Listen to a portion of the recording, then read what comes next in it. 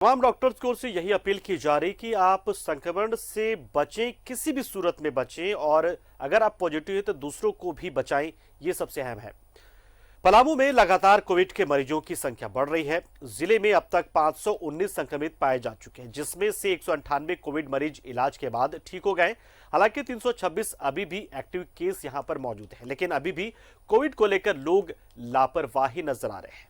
ऐसी लापरवाही के कारण पलामू के एमएमसीएच में मरीजों की कोविड जांच की संख्या बढ़ती जा रही है और प्रबंधन की लापरवाही के कारण जांच केंद्र को महज एक एएनएम के भरोसे छोड़ दिया गया है। यहां जांच केंद्र का जायजा लिया हमारे संवाददाता नीलकमल ने।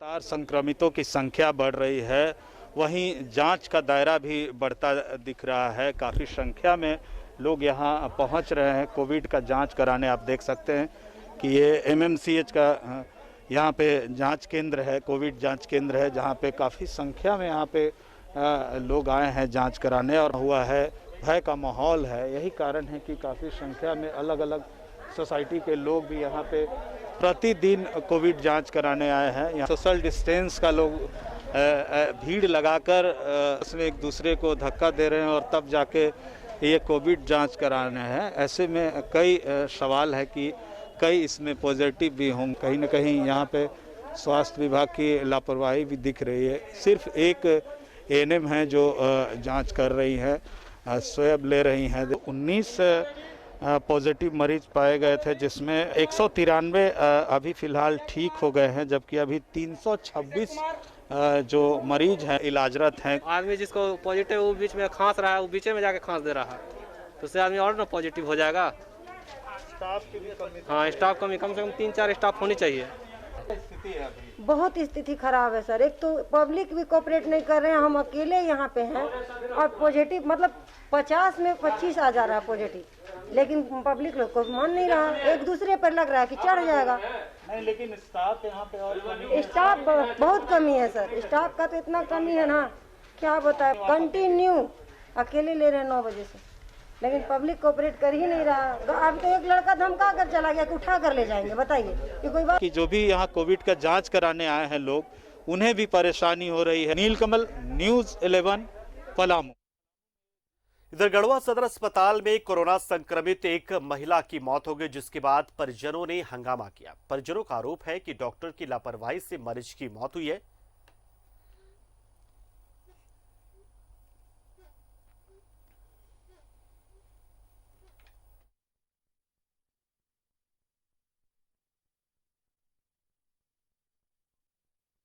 रिम्स के सर्जरी विभाग के कोरोना वार्ड में जमकर हंगामा हुआ है। परिजनों और मरीजों ने कोविड वार्ड में अव्यवस्था का आरोप लगाया। गंभीर रूप से बीमार मरीज अस्पताल में ऑक्सीजन के लिए छटपटा रहे हैं। परिजनों का यह भी आरोप है कि कोई भी सीनियर डॉक्टर मरीज को देखने नहीं आता है, जिसका जायजा लिया हमारे सहयोगी सत्यव्रत किरण ने। आने के बाद अगर चिकित्सक आपको यह कहें कि ऑक्सीजन की कमी है और आप बाहर से ऑक्सीजन लेकर आएं, तो वैसे में माननीय स्वास्थ्य मंत्री बन्ना गुप्ता जी, उस परिजन की जुबानी आप खुद सुन लीजिए। ये मुझे डॉक्टर ने कहा कि आप ऑक्सीजन कहीं से व्यवस्था करें, क्योंकि यहाँ पर कहीं पर मिल नहीं रहा और अभी हम कहीं से मशीन भी नहीं ला पा रहे जिससे उनको ऑक्सीजन मिले एक्स्ट्रा। तो मैंने हर जगह बात किया, कहीं भी मुझे ऑक्सीजन सिलेंडर नहीं मिला। जहाँ से ये बात हो रही है वो मुझे कह रहे हैं कि शाम में मिल सकता है, लेकिन वो भी गारंटी हम नहीं दे रहे, क्योंकि बहुत सारे प्राइवेट वालों ने खरीद रखा है। तो मैंने उनसे कहा कि अब क्या करें, तो डॉक्टर ने फिर खुद ट्रॉमा सेंटर में जा कर के मशीन जुड़वाया उससे और लेके आए। डॉक्टरों का सहयोग मिल रहा है? डॉक्टर का सहयोग पूरा मिल रहा है। जितना तक डॉक्टर कर सकते थे डॉक्टर कर रहे हैं उतना। मेरे आसपास तो बहुत सारे पेशेंट हैं जिन्हें आईसीयू की ज़रूरत है, लेकिन मिल नहीं रही है बेड। और बहुत सारे जगहों पर जहाँ पर सीट है, लेकिन कह रहे हैं कि अवेलेबल नहीं है, जबकि जो गवर्नमेंट की पोर्टल खुली थी जिसमें दिखा रहा था कि सीट है, वहाँ पर जब जाते हैं तो बोलते हैं एक भी सीट अवेलेबल नहीं है। तारीख को ये धनबाद से आए थे, तब से ही संक्रमित थे। तो 13 तारीख को इनका ऑक्सीजन बहुत ज़्यादा गिरने लगा था, तो हम इन्हें 13 तारीख को ही रिम्स में भर्ती कराया। तो कोविड टेस्ट उनका 14 तारीख को सैंपल लिया गया, 13 तारीख को नहीं लिया गया। 14 तारीख को सैंपल लिया गया, 15 तारीख को हमें रिपोर्ट मिला। 15 तारीख को फिर हम ट्रॉमा सेंटर गए, नहीं मिला। फिर ये पता चला कि कल रात में ये वार्ड बना है, तो फिर हम इस वार्ड में शिफ्ट कराए।